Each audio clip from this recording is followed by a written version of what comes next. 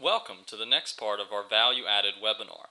In today's session, we're going to talk about how we go from environmental factors and student information to the value-added equation. And so first, let's talk about the value-added equation. A lot of people are afraid of math and afraid of this equation, but what it all boils down to is a very simple slope equation. Just remember back to geometry and algebra. It's y equals mx plus b. Now the data for each student, those student information or environmental factors that we previously discussed, all of those affect the m portion of the equation. They affect the slope. These coefficients are constantly refined through research and piloting, and that's why we've had 3 years at various levels of pilot testing. You know, value added in Louisiana started in 75 LaTappe schools.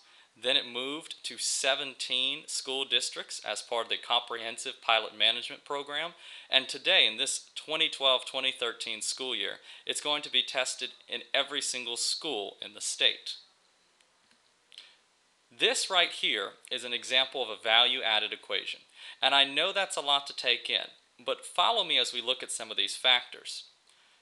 If I look right here, I see we have 504 status. I see we have gifted status. I see we can have special education status. I see that we can have student absences.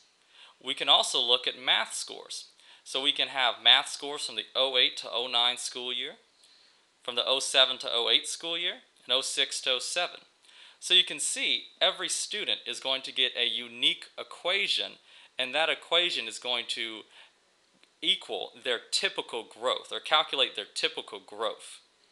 And so in the next session, what we're going to do is we're going to break this equation down further and really explain the variables and how it's calculated.